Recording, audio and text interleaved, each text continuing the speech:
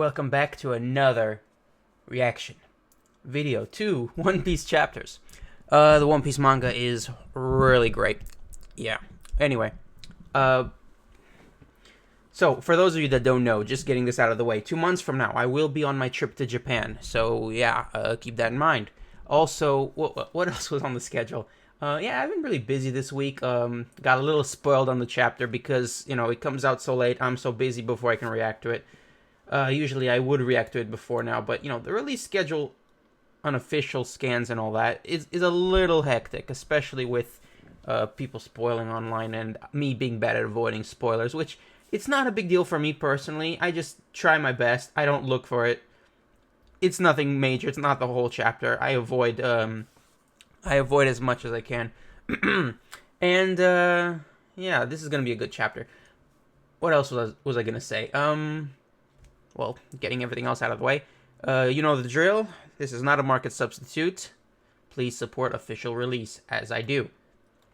Let's just get into the chapter. This is chapter 1113, Stalemate, which fits very nicely with the cover now, because the cover art is a request of Robin playing chess with the Straw Hats as pieces. So stalemate is a nice chess term.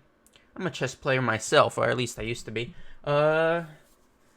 Yeah, so full disclosure, I already know a few things about this chapter.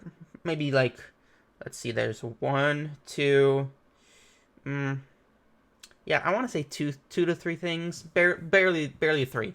Yeah, so let's find out what I don't know. This is gonna be a really good chapter. I can feel it. The mind of a genius. What did Marcus Mars find is what I really want to confirm, because like it's probably what people already guessed it is last week. People theorized correctly, if I'm right. The world's largest brain, Punk Records. Now then, while my coffee could use more time to cool, it's probably safe to assume that we've given people sufficient time. Oh, time's up. Time's up. Time's up. Oh my god, I'm gonna hear everything. Not just what I've been spoiled on. Like, I hope there's more. To set up their video transponder snails.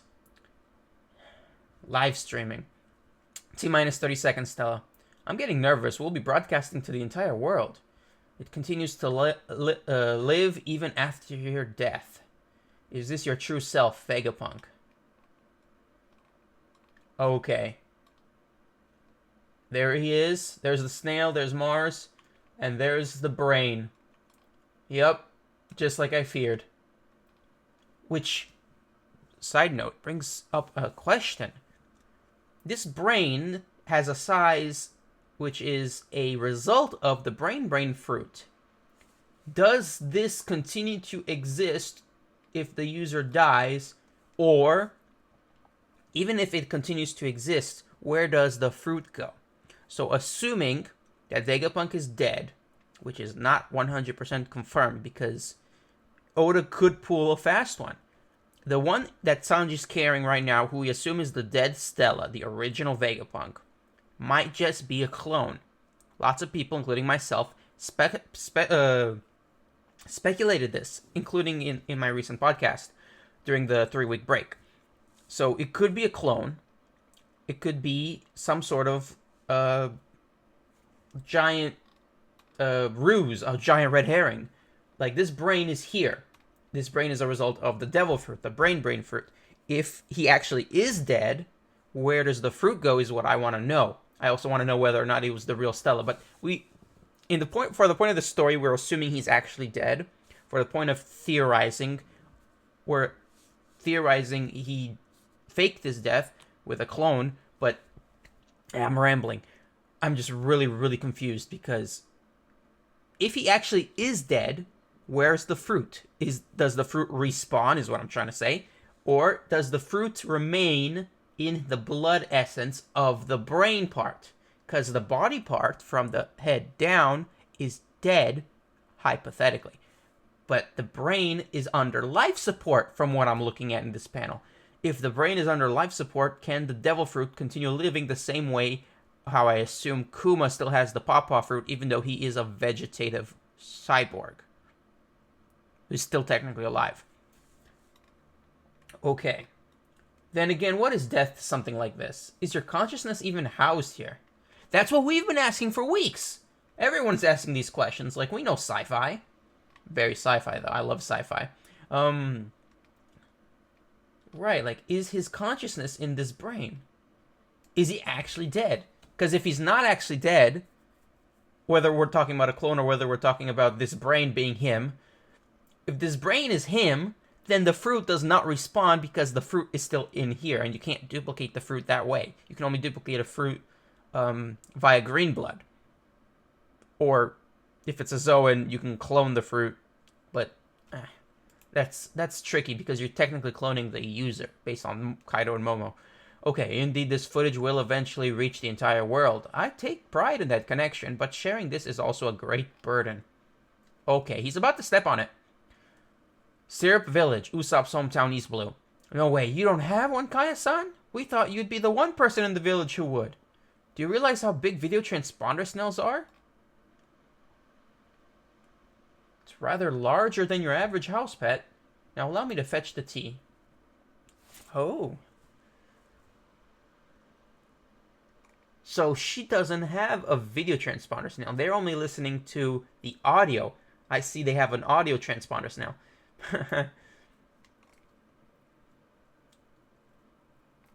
Okay, so the Usopp pirates are wondering why they don't have one. And Mary's all like, do you realize how big they are? Okay, so they're a bit practical, even if they are rich. Now allow me to fetch the tea. Dr. Vegapunk is a legend in the medical field too, you know. I know all about it. As if you big liar. That's funny. Pepper, Carrot, you should take Dr. Vegapunk's research more seriously. It'll be starting shortly. Twin Cape. Oh my god, Crocus and Laboon are listening, and I bet Crocus knows what's coming. Of all people, I know for a fact Crocus is the one of the few who knows. The futuristic island of Baltimore, Vegapunk's hometown. You mean he was really born here? You betcha, he's Baltimore's pride and joy. Wasn't he responsible for the nightmare of Baltimore? No, that was Frankie. I heard he turned himself into a ship now. Oh, he's turned himself into a ship now. That's funny because of his bounty poster. Nice callback. How many years has it been now, Vegapunk? There's Frankie's friends. Birdie Kingdom, where Chopper studied. South Blue. Seems it's about the island where Tanuki-chi is. A king of modern science, but his smarts have also been used to make many weapons. Wow, they have transponder snails now too. Hachinosu, the pirate island, New World. Quiet down, you scallywags. That Vega fellow is gonna speak. So what? You crossed me earlier, right? Letting that slide just to listen to some old fossil, matey. Interesting. Even pirates are curious. Can you hear me? Okay, some random islands. Can't recognize all of them. Egghead, New World. Testing.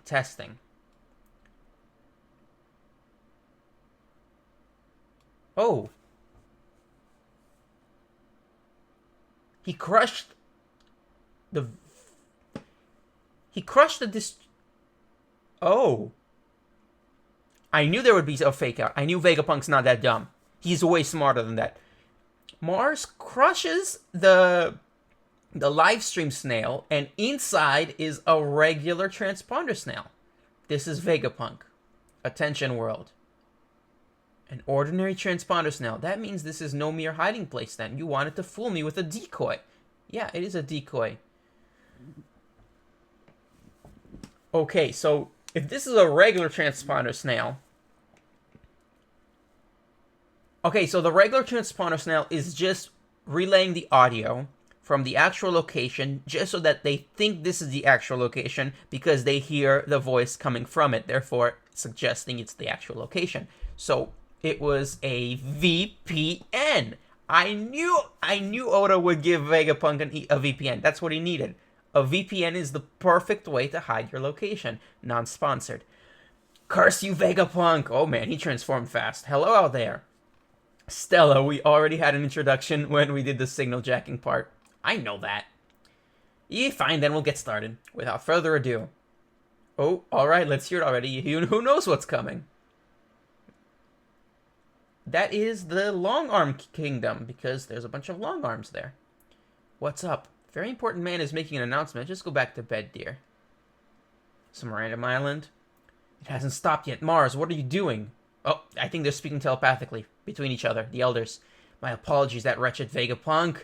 He was much more cautious than we gave him credit for. There is currently no stopping the broadcast. That's what I want to hear. That's what I want to hear. Thank you for decoys. Now, if only Stella was actually alive, outside of his brain. It's impossible to determine how much he actually knows or what he intends to say now. But York told us he wished to carry the torch of the O'Haran scholars. Mercury, Jupiter, Saturn, and Venus Juro are all talking. This won't be a repeat of Clover. He means to finish what O'Hara started. And they are shooketh. Shooketh you shall be. Vegapunk. Did you hear that? It was a sweet girl crying out. Bonnie-chan needs me. Ugh, Stella doesn't look good. Man, this chapter is pretty long. It feels long to me. Maybe it's just me. Oh, I guess that's good. That's good. What is that thing? Jewelry Bonnie, we will not surrender our military might to you. Get back, Bonnie. Out of the way, Frankie. Huh? If anyone's gonna pull off an impressive rescue of Bonnie, it'll be me. Oh my god, Sanji pulled up finally. Okay, yeah, Frankie. Love Frankie, but he doesn't stand a chance against one of the five elders, in my opinion. Like, maybe as part of a group, but by himself, even with Bonnie. Oh, I forgot, that's another spoiler. That's coming up. Yeah, against the Venus Juro. But Sanji pulls up, and from this kick, it's unfortunate that I realize now that this transformation is a lot bigger than I realized. He is quite large. We didn't have perspective until now, but now we do. He gets kicked by Sanji, though, which is good. It looks like that hurt. We're not gonna cut you slack just because you're senile. This is a pirate's fight, you geezer. Ooh. He transforms and bites Sanji in... Looks like he's trying to bite him in half, and he drops Vegapunk. Ooh, that is a horse. I think they bite, but I'm not familiar with horses personally. That looks like that hurt. Sanji! What is that? I confess that it's starting. I've committed 2 grave sins. Ooh! Oimo, hold him down. With pleasure, Kashi. Okay, Oimo and Kashi save Sanji. And they are literally holding the horse in a chokehold. Okay, so the horse is as big as a giant. Venus Juro's beast form is huge. I should have realized because they're all huge, but like, of all of them, we've had perspective. My mistake. I didn't realize. Okay. Okay. Atlas catches Stella's body. Stella. Distorted future. Here it comes. What the heck? Is that Jewelry Bonnie? Give me a giant-ish future. Oh boy, I had no idea before the spoiler that this was possible, because this opens up a whole nother can of worms. Like, the age fruit is very confusing to me now, because this is going beyond what I was not generously assuming. Other people were not putting limits on this. Other readers were like, oh, maybe there's nothing she can't do. And I was like, no, there has to be a limit. But she can turn into a giant? How is that a future? Like, okay, so let's assume that her power isn't just manipulating age, but manipulating timelines. How is she a giant in another timeline? Well, there's many possibilities. There could be a timeline where she's eaten a devil fruit, like San Juan Wolf's fruit, and that makes her bigger. So if we're taking that into consideration, maybe that's what the fruit does. It can give her a timeline where she's eaten a different devil fruit, and that's how she can do anything that is broken. It could also be a timeline where, unlike copying another devil fruit, which, if I'm right, maybe that's not possible. What if it's a timeline where she's been experimented on just like the children at Punk Hazard? And that, for me, is less ambitious than the devil fruit timeline. If this is a experimentation timeline, then yeah, maybe she is in a timeline where she's been drugged to be big. I prefer that because it's less broken than a devil fruit timeline. Because if she can be the huge fruit, then she could be any of the fruits. And that's not fair. Now, there's some people connecting her with Luffy and his fruit, but I don't think that's more than a coincidence. I think it's intentional from the writer's point of view. I think it's symbolic, a metaphor, but I don't think the fruit is physically tied to Luffy's devil fruit. Because for one, she has this power because she was experimented on as a baby by Saturn. Second of all, if her devil fruit is tied to Luffy's, then all devil fruits might or have to be tied to Luffy for that to make sense. And some devil fruits are tied to Luffy in the sense that Dr. Vegapunk's theory, which we will assume is correct for now, is that all devil fruits spawn from a desire to evolve into something else. So if someone wants smooth skin, they aim their ambition towards smooth skin, etc., etc. So the fact that this devil fruit exists means this is someone's desire, putting aside the jacket fruit, this is someone's desire for not just age manipulation, oh, I want to be young again, oh, I wish I was older, which made perfect sense as her fruit until now. That was a perfectly logical power, age manipulation. Now it is timeline manipulation, and that is a whole nother can of worms, because, is she in a timeline where she ate the huge fruit? Is she in a timeline where she's Joy Boy? Is she in a timeline where she is a Punk Hazard orphan? I don't know. But I'm glad that she has all this power. And some people will be glad that she's, a giant if you're into that. But, for me, I just want answers. And I really, really wish we weren't this confused. I like a little bit of teasing now and then, but this is going, it's getting a little bit out of hand. And I'm not complaining. I'm just making a statement. I believe that I will soon be executed for my transgressions. Oh, that's Vegapunk speaking. So this message will be programmed to broadcast the second my heart stops beating. Okay, so he's still claiming it's a pre-recording and this isn't his consciousness, which is still a theory. So yeah, this message will be programmed to broadcast the second my heart stops beating. So maybe he can be resuscitated, because your heart stopping beating, for your heart to stop beating, that doesn't necessarily mean you can't be revived. That is just temporary death for some people. If you're fast enough, you might still live. But let's not assume that necessarily. Okay, Sabori, Archipelago. He can't be serious. Wait, does that mean he's already dead? It can't be. He was all over the papers just this morning. They said he's being held hostage by the Straw Hat Pirates. Oh boy. Oh! A Germa callback! I refuse to accept this. You're lying, you bastard. You can't just... we teamed up so we can surpass you. I like that. I like both what he's saying, and I like that they're calling back to the Germa cover story. And there's Judge in the background. And then we get Big News Morgans. Hey, what's the big idea with this massive broadcast? Is he trying to kill print media? Even so, I want to make one thing clear, and I pray you understand this. Please do not assume that the ones who strike me down are evil, regardless of who they seem to be. Do not assume that the ones who strike me down are evil, regardless of who they seem to be. But he wasn't killed by the Straw Hats. Why would he be defending them if they're not even the ones who did it? Or maybe this is a translation thing. Maybe he was supposed to say, do not assume you know the ones who strike me down, regardless of who they seem to be, because, he was technically killed, but the last blow was first Saturn, but then finally Kizaru. Kizaru, Borsalino, was the last one to hit him. Do not assume that the ones who strike me down are evil, regardless of who they seem to be.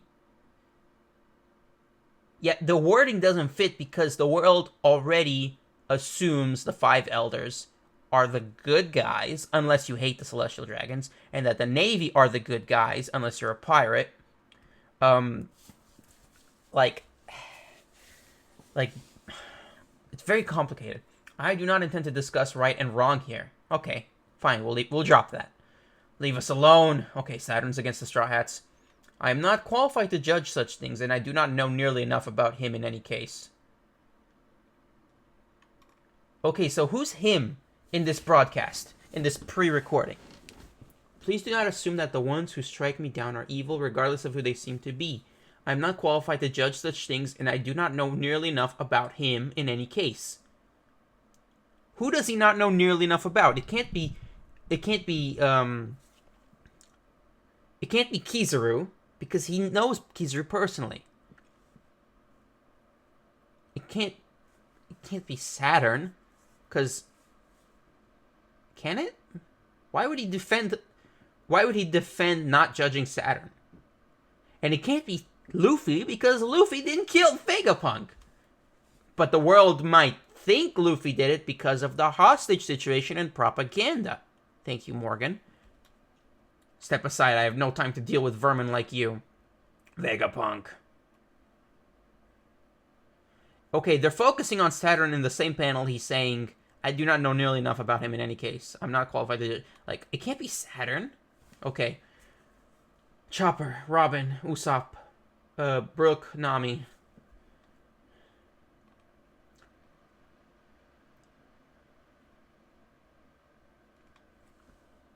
That voice. I see. This is quite an audacious hypothesis. You must be Nico Robin, the woman Akainu let slip through his fingers. That impotent fool.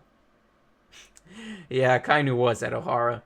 He's one of the 5 elders. Wow, she recognized his voice from back then? Lucky that he was one of the ones who talked.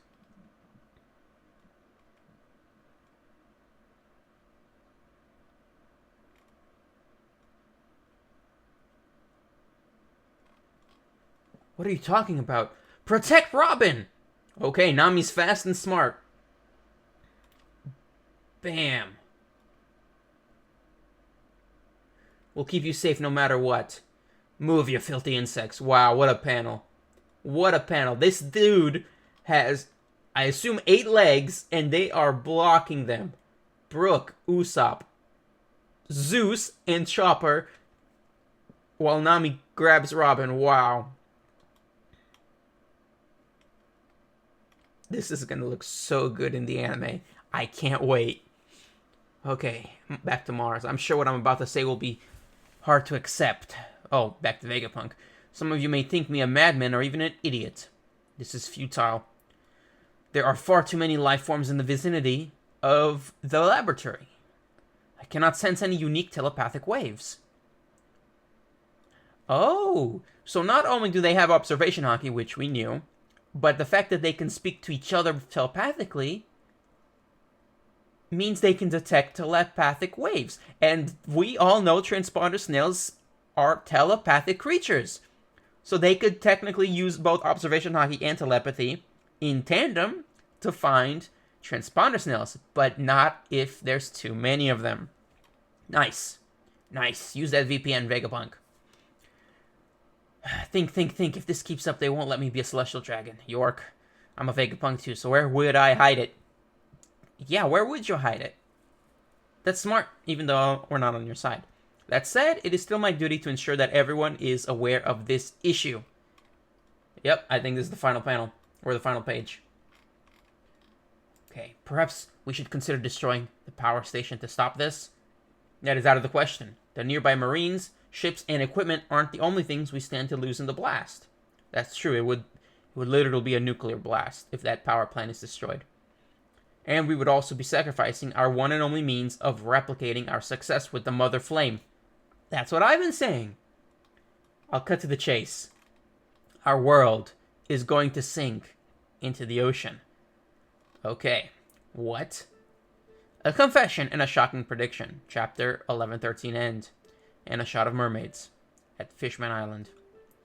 Okay, so full disclosure, the things that I was spoiled on was Giant Bonnie, which I forgot for a while until I saw it. Vegapunk's reveal that the world is going to sink into the ocean, but this has been a theory for years now, let's be honest. Every hardcore theorist knows about the connections with Noah, the Ark, Fishman Island, the Red Line, the All Blue. This has been a theory for ages. It is not a huge surprise for most of us. And what else? I guess Saturn attacking Robin was a spoiler, but you know, a little bit of action here and there doesn't bother me. The reveal would have bothered me, but technically it was a theory we've had for years. And Giant Bonnie, that was a surprise. But I gave the reasons for that. It was because of her damn devil fruit being so complicated. Like, it is broken, and I don't think that's a bad thing. It's just that it's confusing, and we always complain when we're confused. We're human. What else was there to talk about? Let's see. No Zoro or Jinbei this chapter, so they're obviously coming towards Saturn.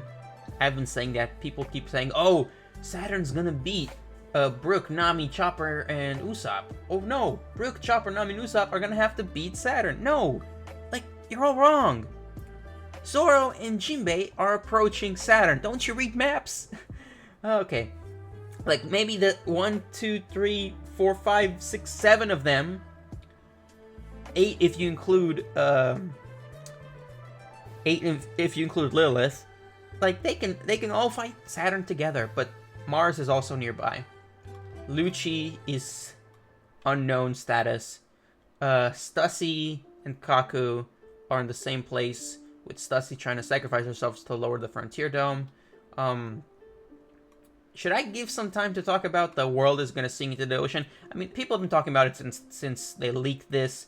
The theory is not new. Like, the level of the sea level has been rising ever since that the Mother Flame weapon was used on Lelouch. Like, it's not the first time that weapon has been used if we take Eni's lobby into consideration. It is obviously related to the One Piece, because the big theory for years, and the first time I read this theory in a comment once was ages ago, and for me it was the biggest spoiler ever, because I was like, wow, whoever wrote this is a genius. It makes perfect sense. Now obviously that theory was not 100% correct or 100% confirmed, because it was also the theory that says that the celestial dragons are aliens and that's why they wear spacesuits. Yeah, that's not confirmed, if at all, but that theory is also where I first found out about how destroying the Red Line will unite the Four Blues into the All Blue, aka One Piece. One Piece can be spelled P-I-E-C-E or P-E-A-C-E. You know, you all know the theory, you know, everyone knows this theory. But, yeah, the biblical references is something I'm very familiar with, especially with the Noah, Ark, Flood, blah, blah, blah. Very interesting. Like, the world is going to sink into the ocean. Now, without context, we can interpret this two ways. Either Imu's goal is to sink the world into the Umi. That's the very popular theory. Now, these two things might both be correct. It could be possible that Imu's goal is to sink the world into the ocean. And it could also be the second theory, at the same time, they could both be correct, that Luffy, or Joy Boy, is going to destroy the Red Line, which will sink it into the ocean, which will unite the Four Blues into the One Piece, aka the All Blue. So they could both be right, depending on your perspective. Yeah, him saying our world is going to sink into the ocean without context is not saying this is going to be a bad thing, or this is going to be a good thing and we have to accept it. Like, is he giving a warning like this is avoidable, or is he giving a warning like this is gonna happen and it's not gonna be debatable? Like, it is not up for debate on stopping it. It will happen. Or is it what I said earlier? Is it a warning that, oh, we could stop it, but if we don't stop it, it will happen? Like, yeah, we're gonna get more context next chapter. No big deal. Like the Emu theory, the Joy Boy theory, they're both good. They're both good. Why would Emu want to sink the world into the ocean if they're already in control of it? Why do a great cleansing? Oh, that's the theory, right? That the flood is the great cleansing, because technically it's literally what the flood was in the Bible. It was a great cleansing. It's literally washing the world with water. I'm still confused about how the Mother Flame causes the ocean to rise just by destroying an island. And I'm confused what effect the red line being destroyed will have on the sea levels, because I have this personal theory that the geography of the world thousands of years ago was completely different. You can find that theory on my channel. It's the one... Actually, I forget which one it was. But basically, maybe there were continents before all this, and not islands in the red line. Like, I'm not the only one who had this theory. Like, the Pangea theory, more or less. Because, like, Emu is in Pangea Castle. Pangea refers to one continent. The all land. Pangea. All land. So, like, is Pangea the Joy Boy goal? Or is Pangea simply the opposite of what Emu wants? Does Emu want nothing but ocean? Because the ocean is the enemy of the Devil Fruit Eaters. The enemy of the Devil Fruit Eaters are the enemy of the sea. But, like, how is Emu the sea if they have powers that may also be a Devil Fruit? Because the 5 Elders are Devil Fruits, as far as we think. It's not confirmed. By full technicality, it's not confirmed. But, like, there's a good chance Emu doesn't have a Devil Fruit, even though there's a chance they do. Wait a minute. Am I imagining things, or is there a shadow above the island? For a second, I was scared that that's the Mother Flame. I mean, the Buster Call already lit the island on fire, but, like, the way it's drawn, it almost looks like there's a shadow in the clouds above the island. And my heart skipped a beat for a second, because lots of people are saying, yeah, if I were Emu, I'd just use the Mother Flame on the island. But you can't, because the Mother Flame is powered by the nuclear power plant, which is on the island. Ha! Oda, you sneaky, sneaky man. That is very, very clever. Making it impossible to destroy the island without saving the power plant. Wow, it's been half an hour. Yeah, I think I'm gonna end the chapter here and get this video out to you all. What a discussion. What a chapter. Man, Vegapunk.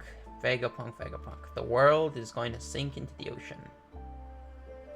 The end is nigh. The end is nigh. And, of course, the fishmen. Their time has come. We are not gonna care, probably, based on what it sounds like. They're gonna... I mean, technically, they want to live under the sun. They don't want to live on the ocean forever, but, you know what I mean. You know, we've seen the memes. Anyway, thank you guys for watching. Please consider liking, subscribing, sharing with a friend. Thanks again. I'll see you next time.